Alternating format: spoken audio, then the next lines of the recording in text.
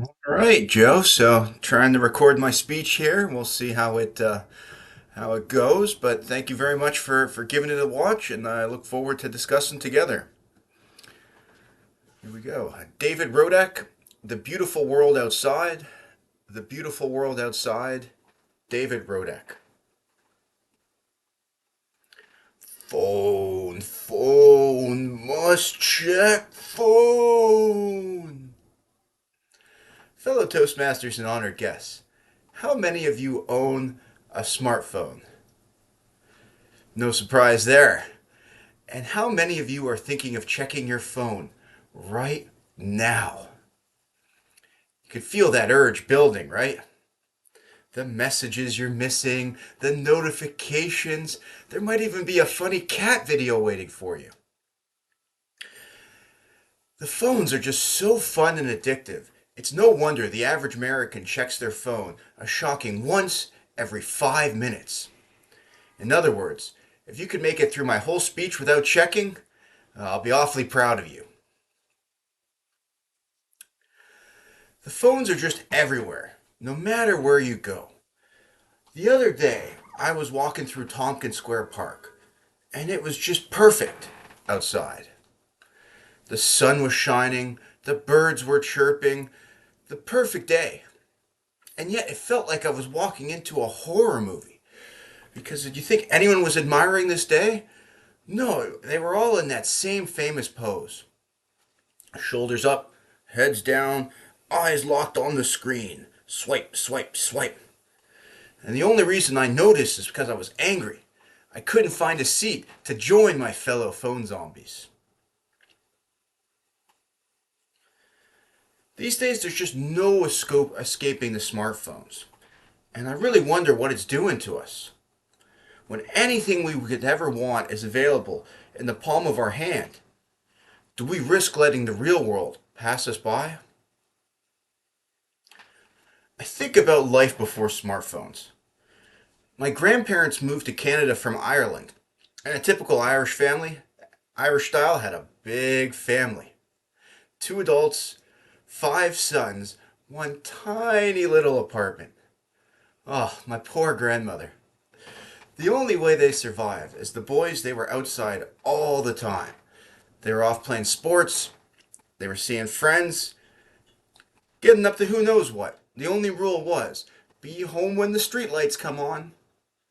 And yeah, they got into a little trouble, but that's how they learned those valuable life skills, making friends, dealing with strangers, the skills that served them all well as adults, including my godfather, Uncle Gary. And I was very close to Uncle Gary. He lived nearby, we'd see him all the time, and he'd always come to my soccer games. Now, this was a labor of love because I was not a very good soccer player. Still, rain or shine, he'd be there. And one of my happiest memories was the day I scored my very first goal. Uncle Gary, did you see it?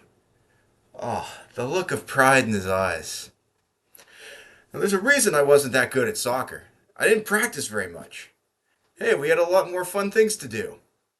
In those days, we had video games, cartoons, and then the internet. Still, every now and then, my dad would come marching in the living room, be like, David, that's enough. Outside, outside, now. And that would force me to go out and make friends and go on my own adventures, picking up those same life skills that serve me today for my work, for Toastmasters, and now for my latest role as an uncle. Yes, in the same way for my childhood, I would always look up to Uncle Gary. Now my nephew Lucas is looking up to his big Uncle Dave. And I have to say, I'm worried about the little guy. He lives in a world where the screens are in front of him all the time. And I just wonder what that's going to do to him. Even if he gets thrown out of the house, he's still going to have access to smartphones or tablets. And you can see the negative impact that's having on our brains. I read about college students who they can't even finish watching a movie for their class, much less read a book. Mental illness is through the roof, and we have a generation of epidemic of loneliness because so many people have never learned how to walk up to someone and say, "Hi, how are you?" If Lucas is going to make it through this world, he's going to need some help from his big Uncle Dave. But how can I help Lucas if I can't break the spell myself? It hit me last summer when I was visiting my family, and wouldn't you know it, Lucas had his own soccer game. I was so excited to attend and cheer him on. I was locked in on the action, at least for 1 minute, 3 minutes, 5 minutes, and then all of a sudden, I don't know, I was just locked in, swiping away at nonsense, when I heard the crowd go wild. Ah! Lucas had almost scored his first goal, and I would have missed it. At that point, I knew something had to change, so I went home and ordered myself a brand new phone. Now this one, I'll admit, it doesn't have the greatest reception, and the camera quality isn't great either. But if I ever need a snack,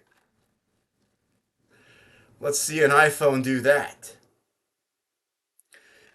You see, at the end of the day, I was just tired. Tired of physically being in one place, and my mind was far, far away somewhere else. That's how you miss the moments you'll never get back. So, I'm not telling you to throw away your smartphone, but do pay attention to how much you check. Ask yourself, are you in control of your phone, or is your phone controlling you? The next time you're out at the park on a beautiful day and you feel that hand creeping into your pocket, stop and look around instead. I think you'll realize that it's a much more beautiful world outside. Thank you. All right, Joe. That was the big speech.